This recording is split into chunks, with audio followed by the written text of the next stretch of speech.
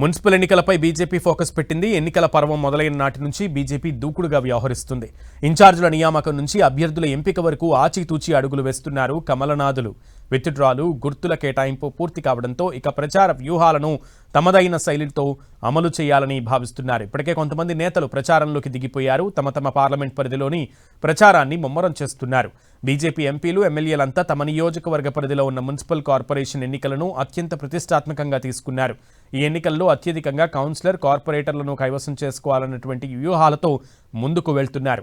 కరీంనగర్ కేంద్ర మంత్రి బండి సంజయ్ ఇప్పటికే కార్నర్ మీటింగ్లతో ప్రచారాన్ని హోరెత్తిస్తున్నారు. నిజామాబాద్లో జిల్లాలో ఎంపీ ధర్మపురి అరవింద్, మెదక్ జిల్లాలో రఘునందన్ రావు ఇంటింటి ప్రచారం చేస్తూ ఓటర్లను ప్రభావితం చేస్తున్నారు. మరో ఎంపీ డీకే అరుణ పాలమూరులో కాషాయ జెండా ఎగరేయాలనేటువంటి ఉద్దేశంతో ప్రచార వ్యూహాలకు పదును పెడుతున్నారు. ఏకంగా బీజేపీ జాతీయ అధ్యక్షుడు నితిన్ నబీన్తో ప్రచారం నిర్వహించేందుకు సిద్ధమయ్యారు కమలం నేతలు. బీజేపీలో మరో కీలక నేత మహేశ్వర్ రెడ్డి నిర్మల్తో పాటు బైంసా మున్సిపాలిటీపై కన్నేశారు. మున్సిపల్ ఎన్నికల షెడ్యూల్ విడుదలైన నాటి నుంచి నిర్మల్లోనే మకాం వేసి అభ్యర్థుల ఎంపికపైన కసరత్తు చేశారు. నిర్మల్ కేంద్రంగా కేంద్ర మంత్రి అమిత్ షాతో సభ నిర్వహించేలా ఏర్పాట్లు చేస్తున్నారు. ఇక బీజేపీ రాష్ట్ర అధ్యక్షుడు రామచంద్రరావు మున్సిపల్ ఎన్నికల ఇన్ఛార్జీలతో ఎప్పటికప్పుడు వ్యూహాలు రచిస్తూ లోకల్ బాడీలో కమలం జెండా ఎగరవేసేందుకు సిద్ధంగా ప్లాన్ చేస్తున్నారు.